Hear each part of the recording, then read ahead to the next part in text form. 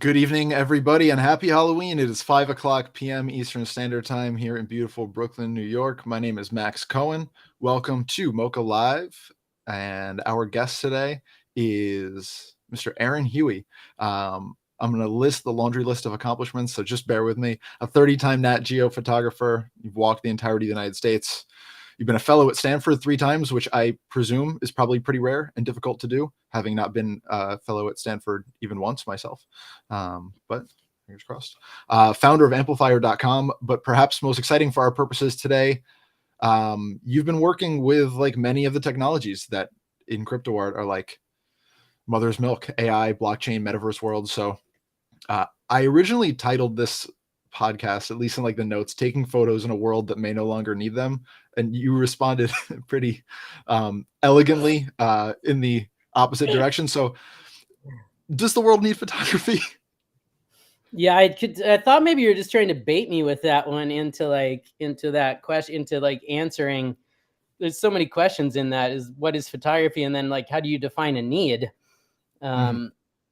Because I think we're kind of what counts as photography has been a big topic, especially with AI assisted imagery being so big, especially in the crypto world. It just became kind of almost like the only thing anybody was buying besides like the old hits.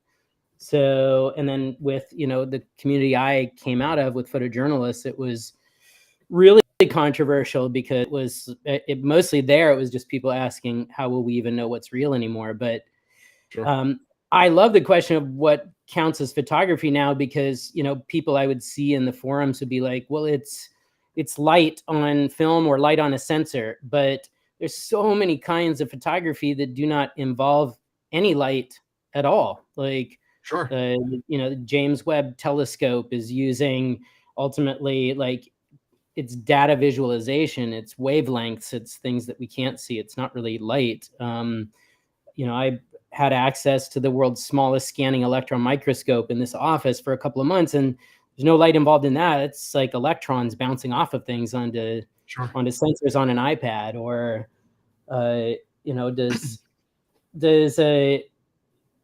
does AI count as photography? It's made of photography. It's made of billions and billions of photographs remixed. It's like the ultimate photographic like assemblage or collage. It's like photographs atomized and reformed. That's of course not what it is, but I like that idea that it's like atomized photography completely reassembled. Well, I think it's less about, for me, like what actually constitutes a photograph, because that's obviously going to depend on, how much exposure people have to these technologies, whether they, I think if you probably polled 100 people on the street, I'm not sure how many of them would, give the light definition, like the actual like Merriam-Webster definition. But I'm more thinking in terms of quantity, right? Because photography is so accessible in a way, and high level photography. I mean, that's like the whole crux of all of these iPhone ads that have come out over the last however many years, is like anybody can have access to really high level professional photography tools. And so we're inundated every day with photographs of everything, macro, micro. I mean, you mentioned the electron microscope they use for the Radiolarians series, right? Which is like photographs of a thing that is, it's real, but it's so far out of the bounds of what is like reality. So, and then, I want to talk about this more in a bit, but your series of metaverse images and videos, the leaps and perimeters, where you go to like the literal edges of these metaverse worlds and kind of jump off or push against the edge. Like, is that photography? It's capturing something. It's really capturing something, but it's capturing something unreal. So I don't know. I mean, we have a ton of composite photographers that have quite a bit of like fame and notoriety within crypto art, but I do think it's just interesting that photography in general seems to be moving more towards the fringes, more exploring like at its edges. What is photography? Is it things that just are light? Is it, can you have real images of digital worlds? I mean, why do you think there's that kind of collective pull towards the fringes, or kind of undoing our understanding of photography? Maybe because it is just it's easy to make a great picture now. I think, but it's not easy there aren't very many great storytellers. There's like everybody and their grandma can be a great photographer with a single image, because anybody can be in the right place with the right light for a moment, for a singular moment. But there are very, very few people who can tell great stories with photography still, I think. Mhm. But I think So it's what does just that the entail? collective No, no, desire to, yeah. like, in a world where we're completely swallowed by endless imagery, to stand out. And sometimes I think that that is through the edges of the medium and through the changing of the shape of the container itself, the container of the story, or the kind of light. You talked about the metaverse photography. That's light from a virtual sun in, Mm. like, a in a virtual world, in virtual space. Like, that's another take that sets it apart from another iPhone photo out of a trillion iPhone photos.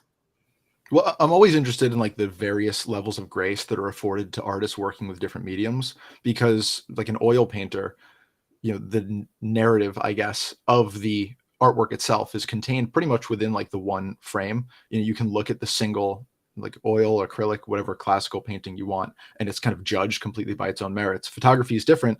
Photography, you kind of need the series, right? You kind of need the full context. I mean, not always, of course, but like you were saying, one picture rarely tells the entire scope of the narrative.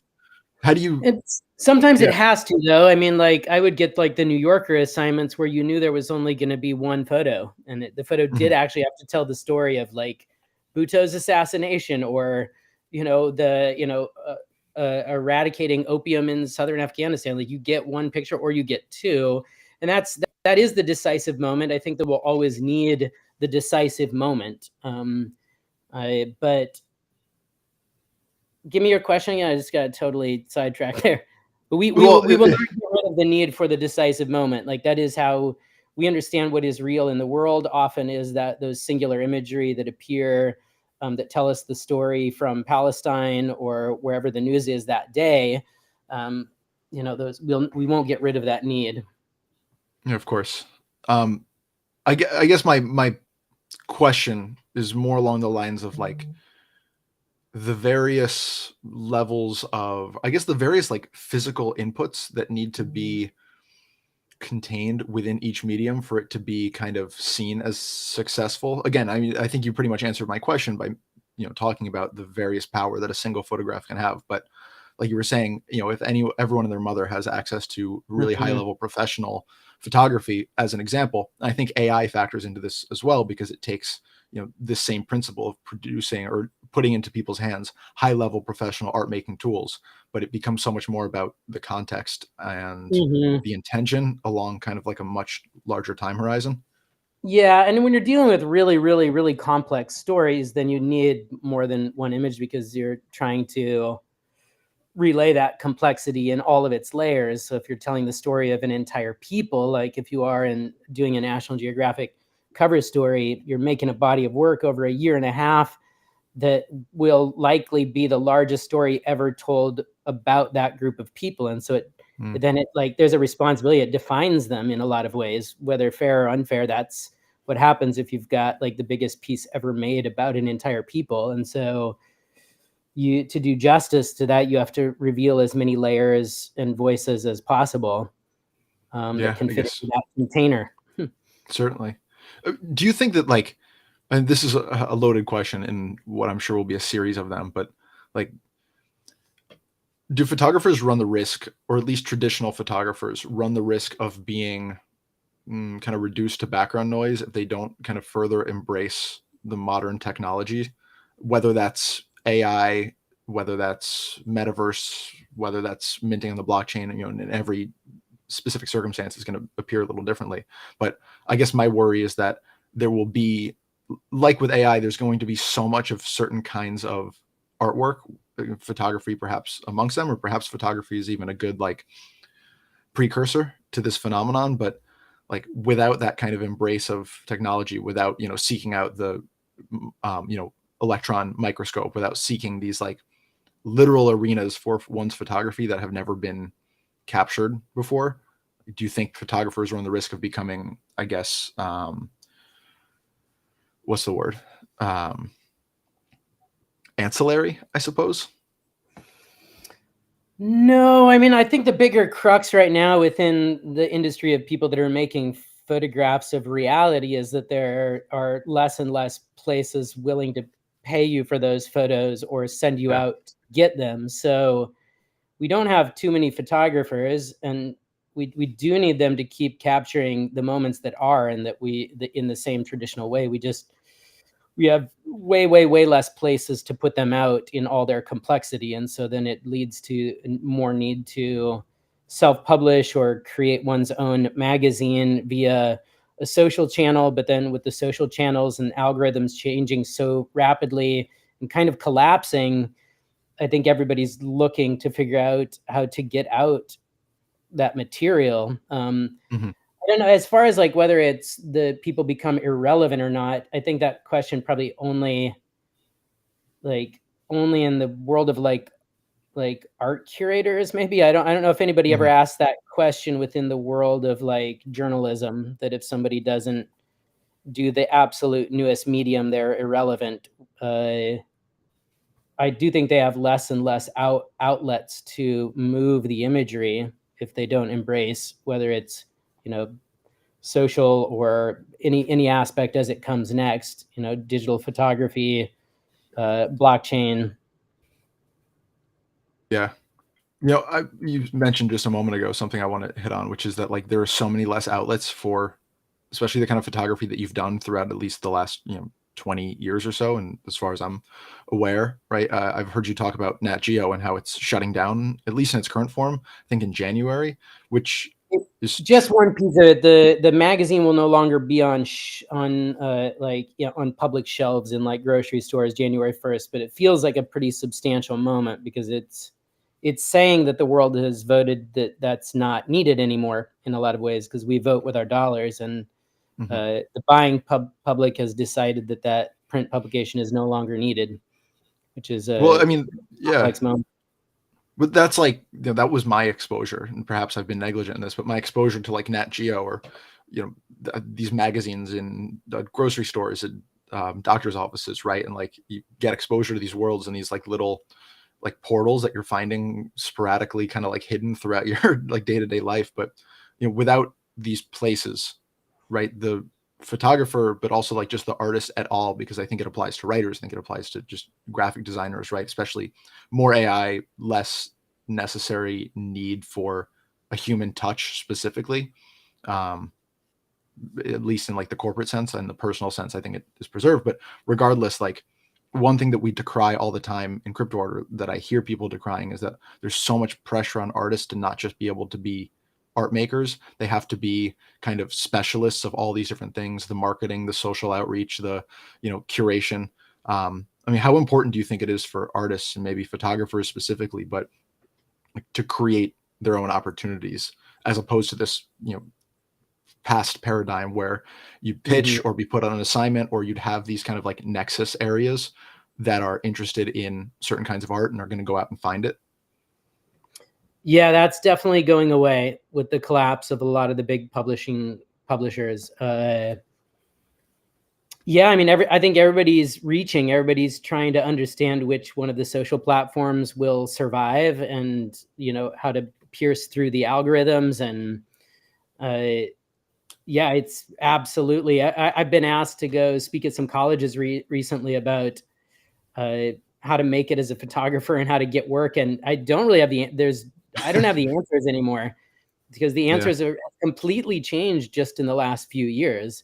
It's definitely, as you said, you can't rely on somebody else. Everybody's going to have to be building entire brands and their own digital ecosystems, and building their own containers, rather than showing up and having them get distributed by like the big machines. Yeah. Although I do think there's this paradigm that we see of this, like the paradigm of the collective, right? Where you are, I mean, I might just be describing a business, so just bear with me if I end up doing that. But like you have the photographer or the artist, and you have the marketers, and you have the, development team, and they're all kind of collaborating on the thing that they want to see coming out. And like they are all taking their individual skills that are maybe not applicable in the greater, I don't know, economic atmosphere, and then applying them to like a singular project and then propagating themselves from there. We see that a little bit in the crypto art world. Anything in like your photographer circles that like mirrors that, or is that still kind of like, just again, one path through a very dense wood? No, it sounds like the machine you're describing sounds like the agencies or, commercial work less than like the people that are documenting reality. I'm actually really curious, what is the most interesting thing about like the photographer or photography and the photographic experience to an audience like MOCA? I actually, because this is not like, photography's not been a very popular thing within the world of crypto art. Very, very few people made that work. It's not a popular medium unless you're, as in the NFT world, unless you're talking about like AI based, photo based AI. I'm Mhm. so curious what the appeal Yeah, is for a it's MOCA a it's a audience. I want to be able to speak to that for sure. it's a great question. I think that if I have to speak for the entire crypto art community, which I'm not necessarily, you know, I have not been sponsored, so this is freewheeling.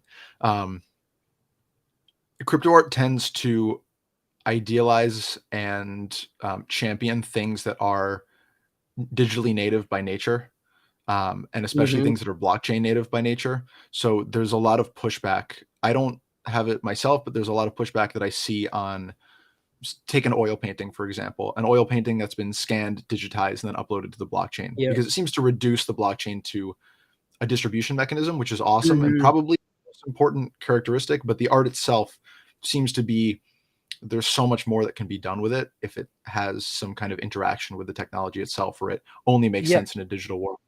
So like you're I agree with that, which is why I actually did not jump in very early on to just start taking old JPEGs to mint. I mhm, very specifically was like, this doesn't make sense to me to just take old stuff and put it on chain because everybody's going crazy over it. And so really all the first things I started minting were digitally native work, like 2 years ago, the photographs I was making inside of metaverse worlds with virtual cameras. I made a bunch of different custom avatar bodies and went into dozens of metaverse worlds, and in the beginning treated it like reportage. Like I was photographing moments and people doing what they did. I was photographing things like women giving birth, like in Second Life, really crazy shit. And then it turned into the kind of experimental work at the edge of metaverse worlds and the Leap series, where I was jumping off those worlds, and which really became like a performance art series of sorts. So that was a lot of the first work that I was comfortable minting, because it did feel like it was supposed to be there and it was native to the space. Or like the AI work with Currency of Protest. And it hasn't been until recently that I decided to put massive amounts of kind of legacy work on chain. And I did that most recently by minting every single frame that I shot from 1998 to 2000 as like a foundational project, because for me it was like minting process itself, like minting yeah, my own birth as a photographer, and because it was a case study of like of a huge archive, and so it wasn't about trying to make a bunch of money off a single JPEG, and it was saying I believed in the idea of putting an entire archive, every frame, on chain. Uh, but that's what yeah. I'm talking about, right? It's like that takes the idea of the blockchain. It says, okay, what are the capabilities here, right? Okay, record keeping is one of the most important Yep. things, right? So I'm Exactly. going to take this record that of the record of things that no one's ever going to see otherwise, and may have no, quote unquote purpose otherwise. And by affixing them to the blockchain, the method you have with First Film, like it does kind of leverage what the blockchain can do, and why it's important. So I think that like that's a perfect example. Again, I have Mhm. no specific lean either way. I think using the blockchain as a record keeping instrument, as a timekeeping instrument, as merely a distribution mechanism, like they're all kind of revolutionary. They're all like still fringe, because we underestimate within crypto art how fringe anything blockchain remains. When you Mhm. talk to people in your circle, or people you've been photographing with, not photographing, Mhm. but you get my meaning. Yep. Like, what is the attitude in your, like, I don't know, kind of, I'm reticent to call it legacy media, so I apologize in advance. But like this kind of, That's all right. I struggle with the language around it too. I'll often use the word legacy media too.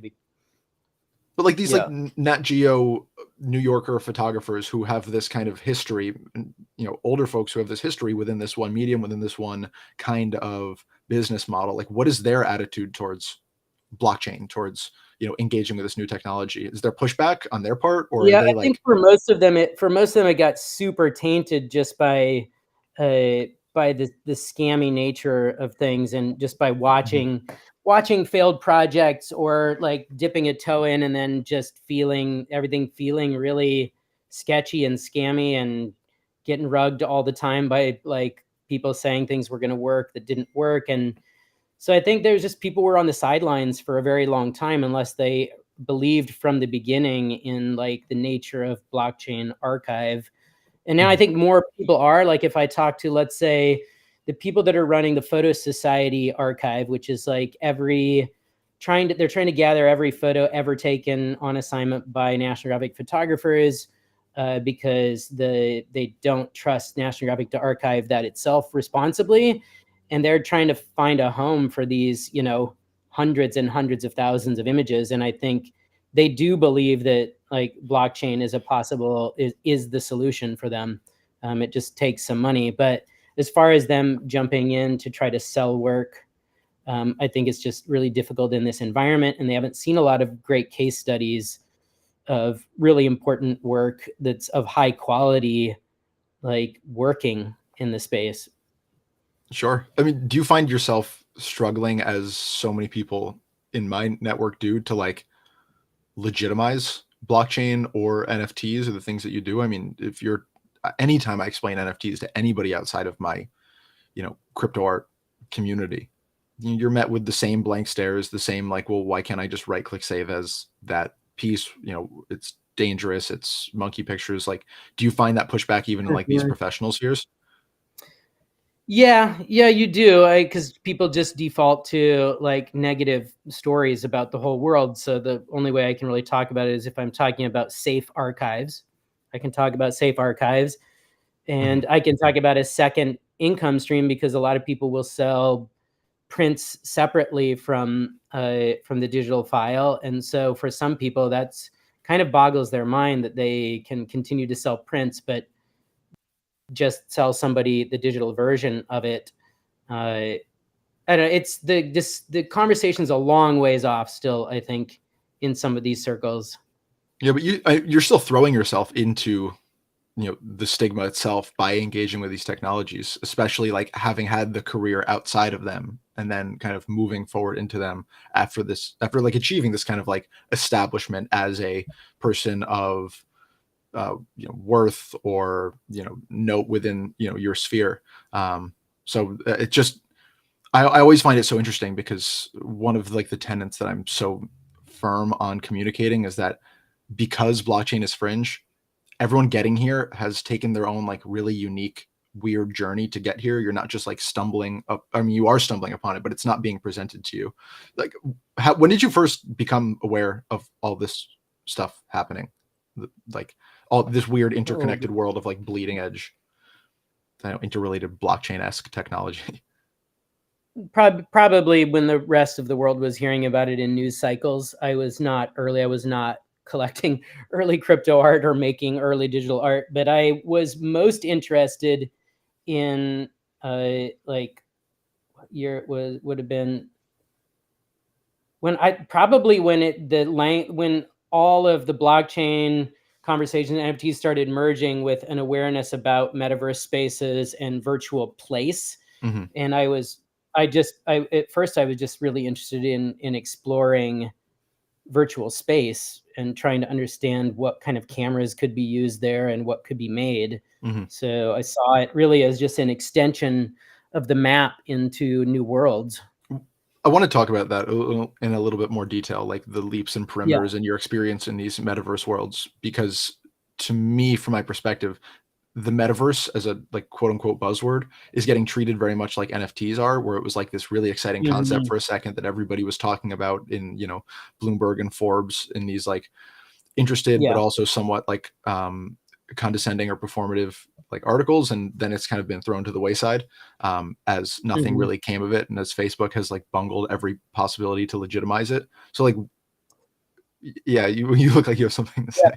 People thought that when I started, because I managed to talk National Geographic into an assignment in the metaverse in 2001. Well, that was what it would have And been Second Life.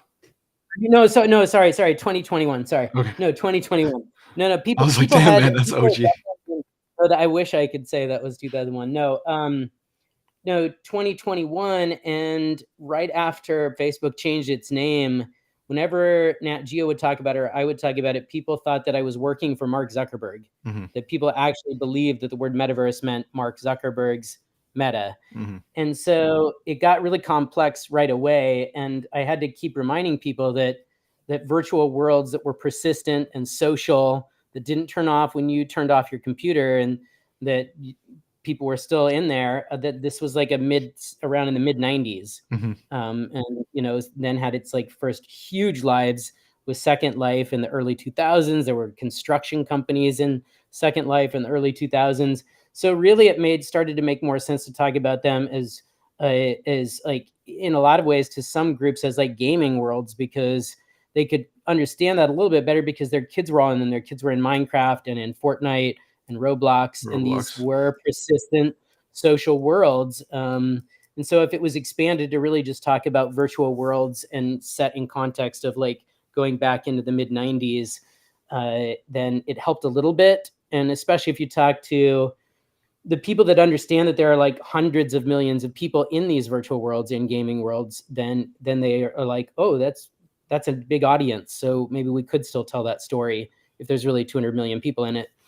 Yeah. But yeah, it's the word metaverse became really problematic, exactly like NFTs. I had a brief startup that was building like essentially like a metaverse magazine where you would walk through story worlds instead of scroll through them, and in the Interesting. attempt to create National Geographic like material using photographic objects. So another definition of like is a photographic object a photo? Is a photogrammetry is a world that's made of 30,000 photographs set around like an architecture that makes it into an object that replicates the world. Mm. Is that photography? I think it is. But we were trying to build that, at the beginning of the boom of the word, and then through the crash of the word. And as the market crashed, everybody disappeared, all the rugs got pulled, and that was the end of that game, because it was all tied up in like the hype cycle. Sure. But I remained really interested beyond the hype cycles, because I'd never been into it. Was like it was like another country. Mm-hmm. Like, didn't stop being interested just because it wasn't on the news anymore.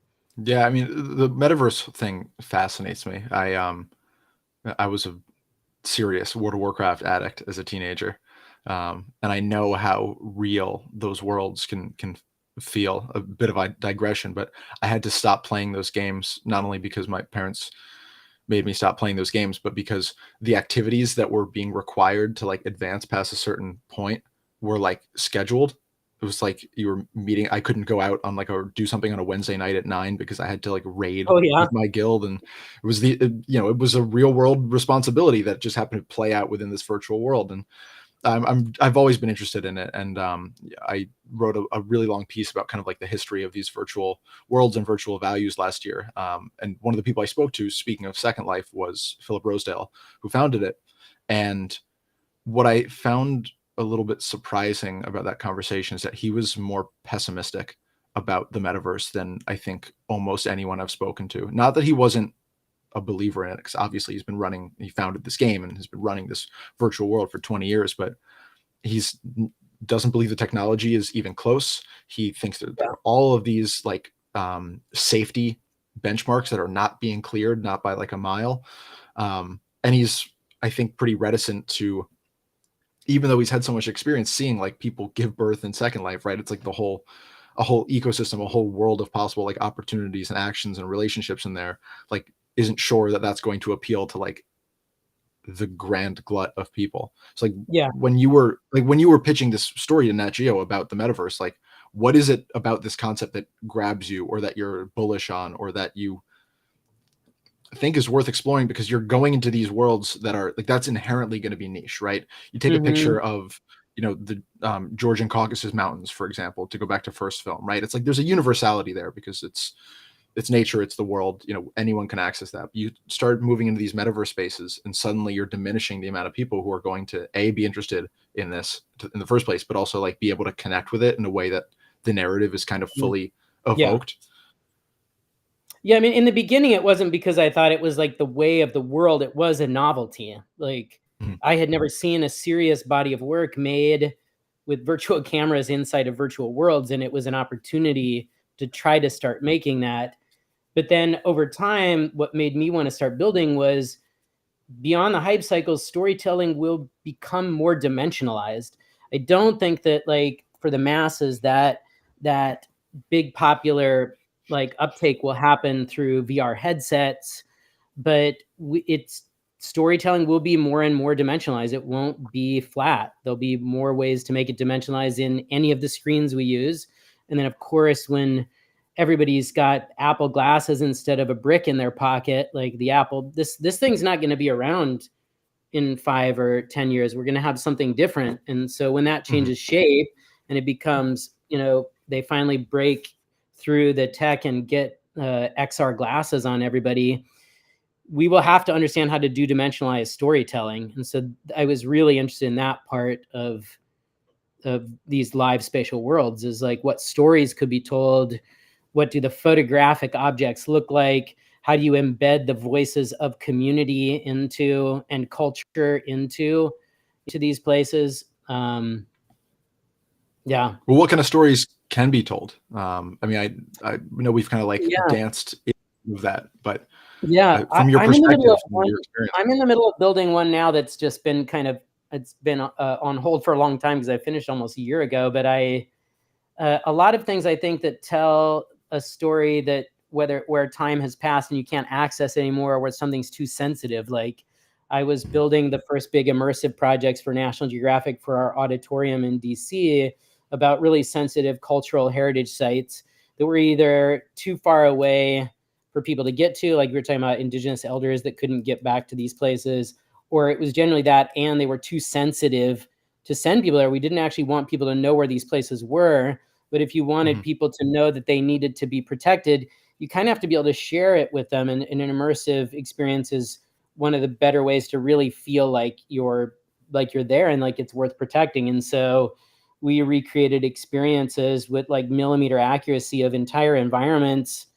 led by the voices of Indigenous elders and medicine people and archaeologists, where you could go to places that you can't go with your body to experience things. And there are ways to make those stories unfold where you can be walking through a world and find an artifact that with a certain proximity triggers the voice of someone from the lineage of that object itself telling you about its significance. Or I'm working on a project where I've already built a world made from 30,000 photographs of a place called Salvation Mountain in Southern California.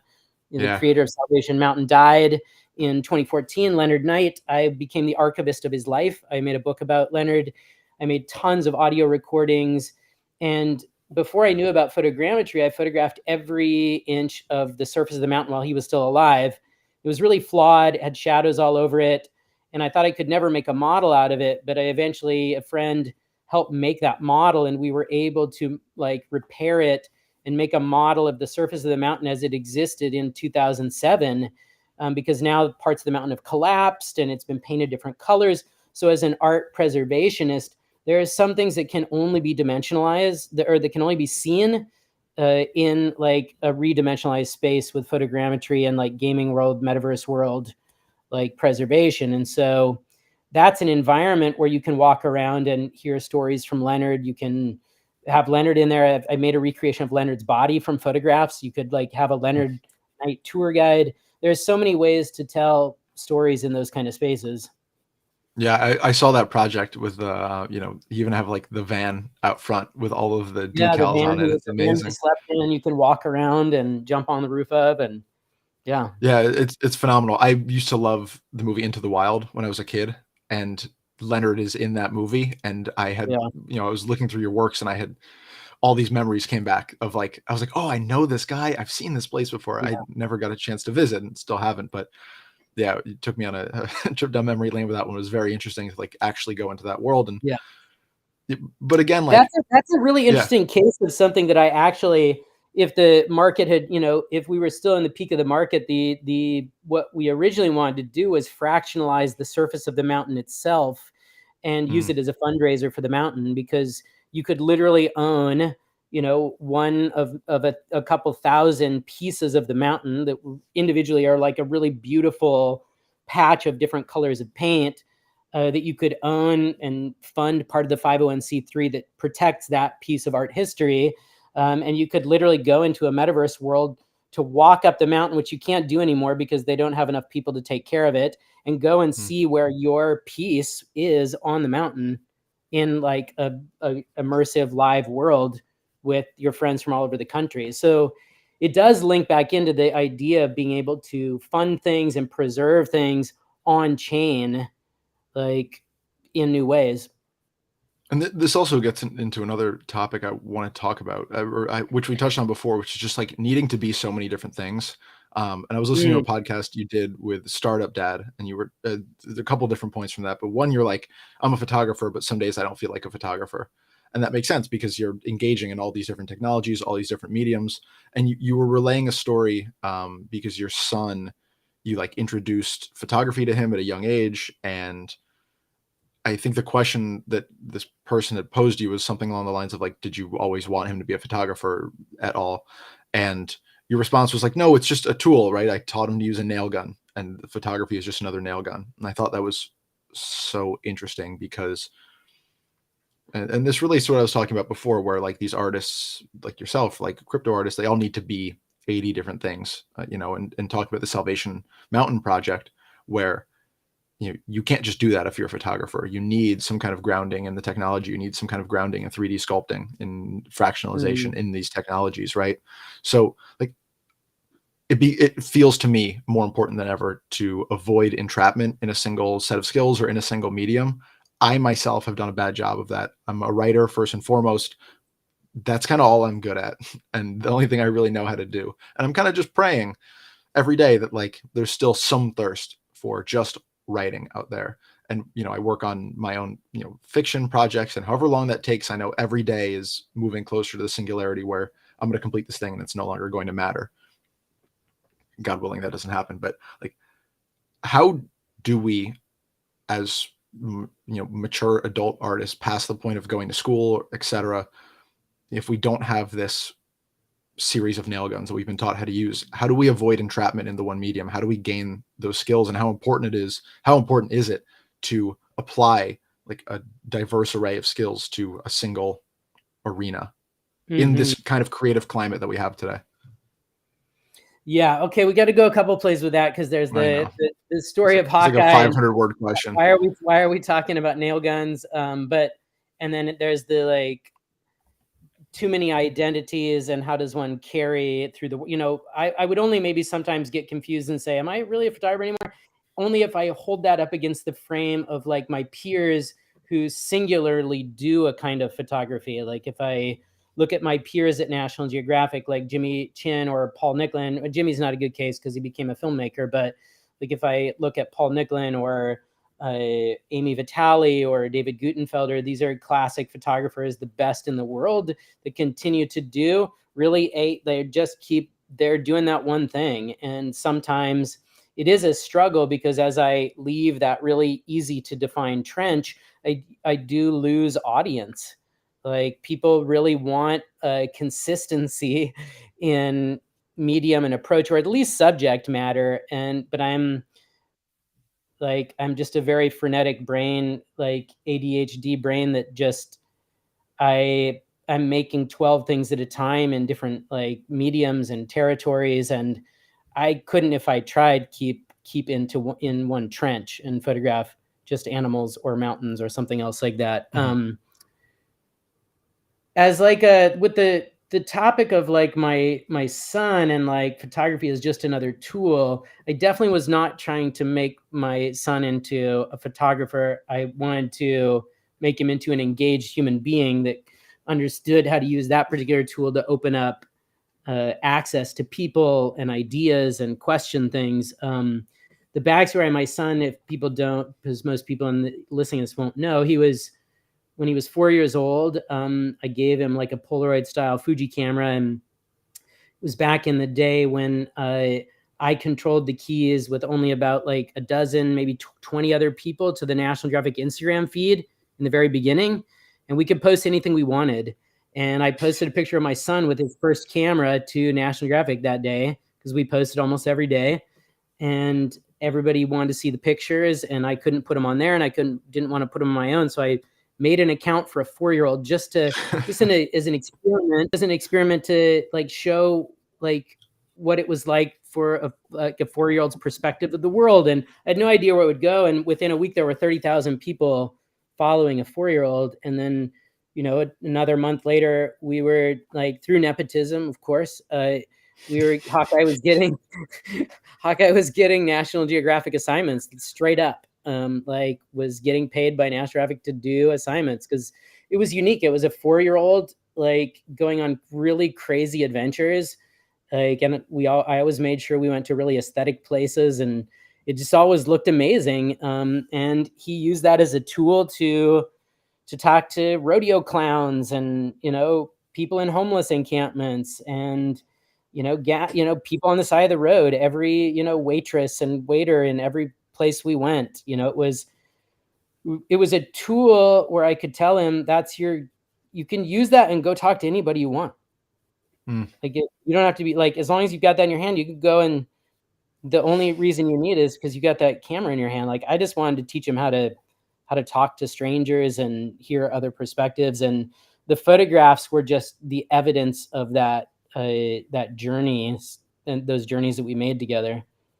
So, and I do that with everything. I give him as many tools as I can. I think you use the nail gun language, because like when he was 5 or 6, I was also teaching him how to use nail guns. And instead of just doing drawings on paper, we'd start grabbing wood scraps in the yard, and I'd teach him how to put wood scraps together with a nail gun. So it's just another tool.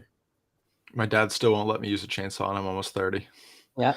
But I think, yeah, well, this podcast is not about my father. Although maybe he's listening. My point though is that like, that's a great way to just talk about, like, again, the necessity of any individual artist opening themselves up to multiple mediums and seeing them all as tools in a toolkit, as opposed to like the singular focus of one's output or the singular arena for one's artistic journey. And it's like just a great metaphor, right? This like nail gun photography metaphor. But like, you've seen it's happened to you, right? You've had to like evolve past the point of not just being a photographer, but being exclusively a photographer, towards including all these other mediums, all these other technologies, right? Because that's where your creative focus is expanding throughout all of them. But and it would often be like, what are the best tools to do justice to this story would be the question and the framing. And so like when I talked about doing those immersive projects for National Geographic, that was for a cover story about the reductions of Bears Ears National Monument and Escalante when Trump first took office. And I knew that the story was going to be a belly flop if it was just the print story, because it was such a complex story about Native communities and like really old school ranchers and racism and all kinds of crazy stuff. And I was like, this story is going to get flattened. It's going to be a disaster, because it's going to be like postcards.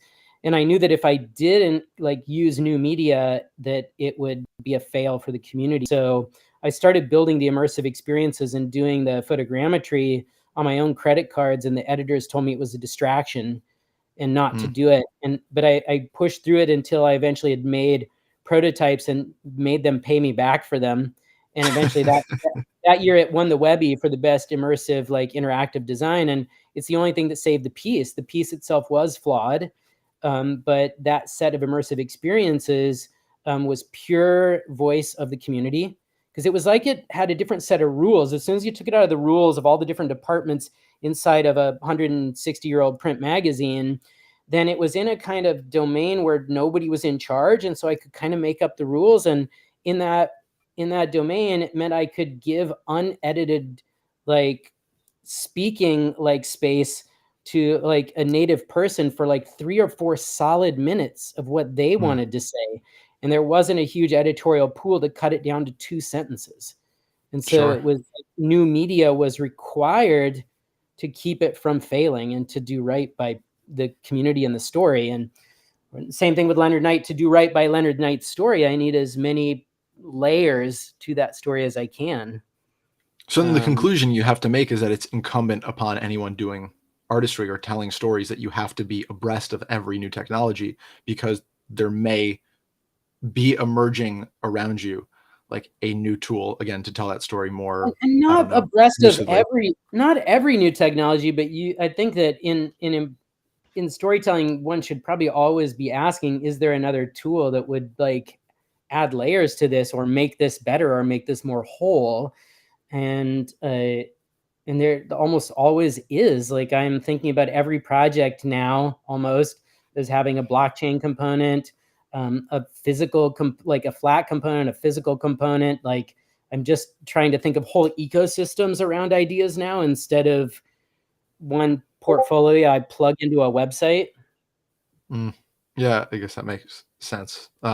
Just going back to one thing you said before, when you have these editors who are like, "Don't do this," and then you win a Webby for the resultant product, do you get to like give them shit? Like, is that part of the like And media I definitely model? always include it in speeches that I do when I'm talking about it in front of them. I think they understand the complexities. I mean, everybody's got like all businesses are filled with all of the silos, and the silos are ultimately defined by the budgets.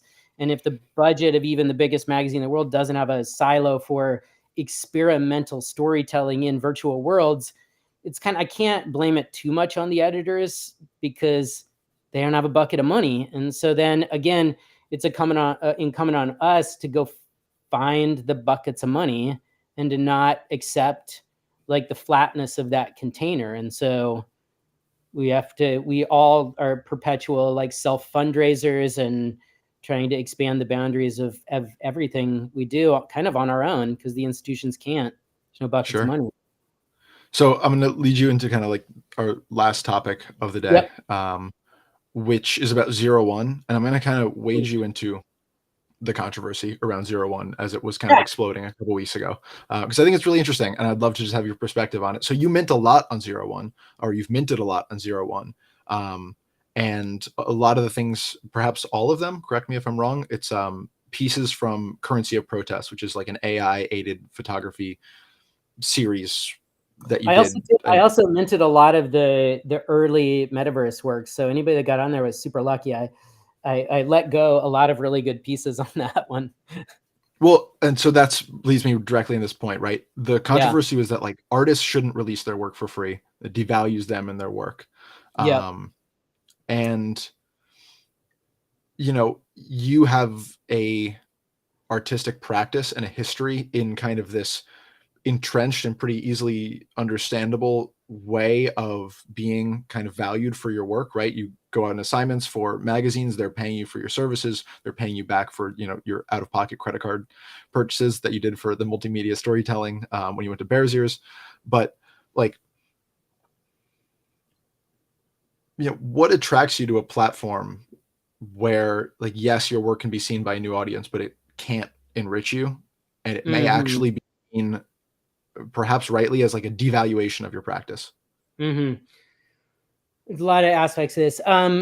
Well, with Currency of Protest, it made sense because Currency of Protest in its analog when I first built it, even though I built it with AI in 2022, in the summer of 2022, the final output was the only thing that couldn't make money at that show, which was hilarious. Mm, I do this to myself all the time. I fund endless, like I create endless nonprofits, and almost everything I do is a kind of extreme distribution experiment that doesn't always bring money back to me. It's just something in me wants like a kind of endless distribution, and I accept that as a kind of currency. But with Currency of Protest, I literally, it in the original forms where I've got a bunch of the prototypes here. They were physical bills that mm, when you walked in the show, they were double-sided bills that anybody could walk away with for free. I was the only person mm. that couldn't make money from the show. Now, like all the biggest museum curators in the world have got like these physical prints, but I didn't make any money on them. So I don't know. But so with 01, like it was a continuation of a distribution experiment, that there's a prompt within it that asks people to go and like print and plant those things and try and grow wildflowers with them. It's a little bit more complex philosophically with the Metaverse series, because those are works I now can't mint and sell, but I was motivated to put them out because I had tried moving some of that work early on, and it just was too hard to sell in all the hype of NFT world. And I got caught up in things not being able to sell. And so I didn't really try again. And I really thought they were all just going to die on a hard drive. And so when I heard about 01 and I believed in the team, I thought, well, it's either these die on a hard drive or I can share them. And I just made the choice to share them. And I wasn't really thinking about money. At a certain point, though, after I'd put out quite a few, I did think, well, maybe I should save some of this stuff. Slow down there, Huey. But I'm glad I did it, because it just breathed new life into all this work. I hadn't really thought about putting that work on chain. And because I put the first work out for free, especially with Currency of Protest, now there'll be more and more and more chapters, because the work has been evolving over the last couple of years. And partially because of that release, now it will have many lives on chain. So yeah, maybe for me, it won't like work out financially, but I was just happy to have places to move this work, put it on chain, and not have it die on hard drives. Cool. I have one final question on this topic, but I just want a disclaimer. I only talk about 01 when Colborne's not here, because I don't want to inflate his ego any further. So, the positives and negatives of him not being around today. So I'm curious if your answer would change if you were like a sculptor or a painter or a writer, where you have like a single large scale output as opposed to hundreds of or dozens of components to a shoot or to a project.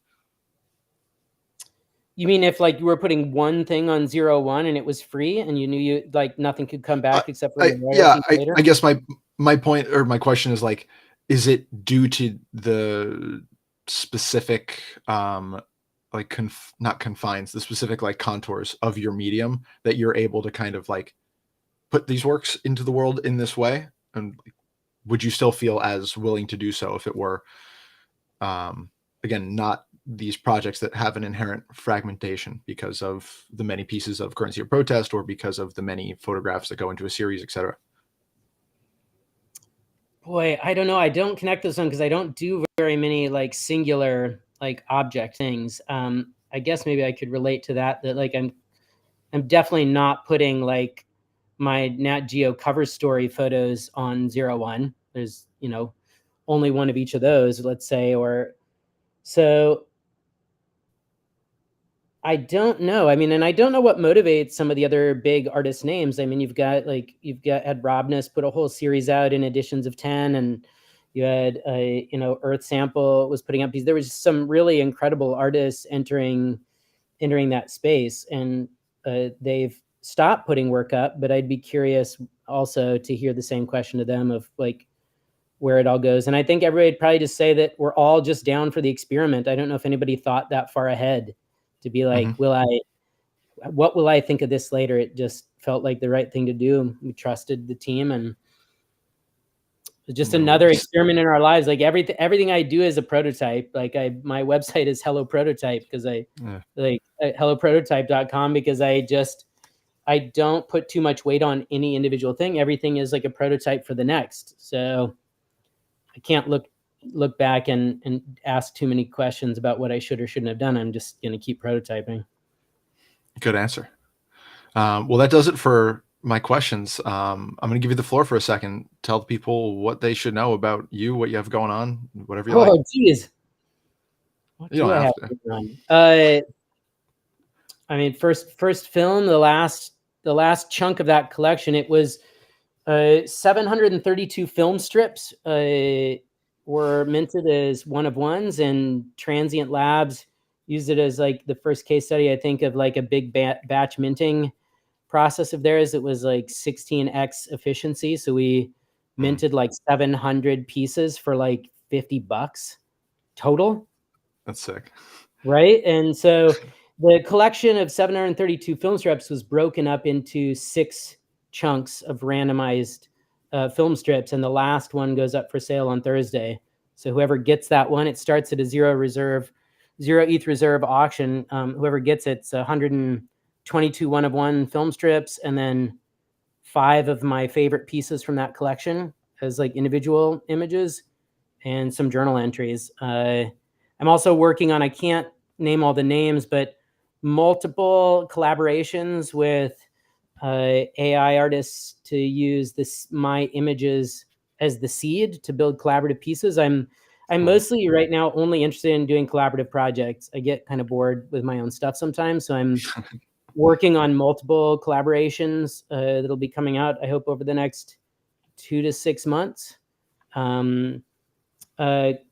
My climate crisis project is not on chain yet, but I think it very well could have a life there. The Crisis Curated, which is all, it's a very large body of AI work where the only prompt is one of my own existing photographic images of the climate crisis that I shot for Nat Geo or Harper's or the New York Times or something, combined with a classical wallpaper pattern from history. And it's seamless wallpaper for the end of the world. We can have like links in the bottom of this thing that I can get links in the bottom of this thing. Crisiscurated.com, wallpaper for the end of the world. So that one will certainly be going on chain somewhere if I can figure out the right place to be releasing that. I think because right now that's another distribution experiment.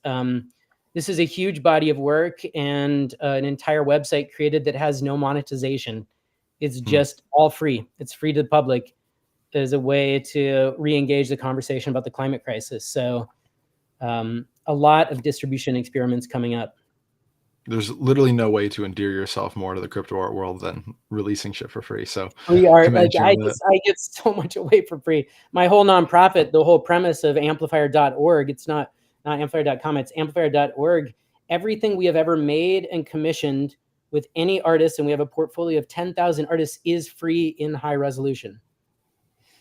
That's awesome. Because it's a distribution engine. It's meant to move the messages of movements, and who the fuck would want to stop the movement, like the movement of messages like that? So we do sell things in our store, but everything we've ever made is a free download so that it can have infinite distribution.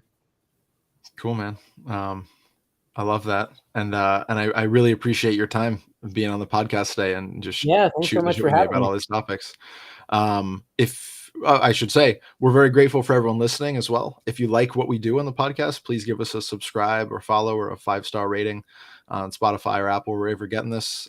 Please subscribe to our Substack newsletter at museumofcrypto.substack.com. All of the links to Aaron's work, I'll throw it all on the bottom of this, wherever you're seeing this on Spotify or Apple or whatever. There'll be links galore. So please check out Aaron's work. It's remarkable. Aaron, thank you so much again for being here. And again, thanks to all of you. We'll see y'all real soon. Yeah. Happy Halloween. Thanks.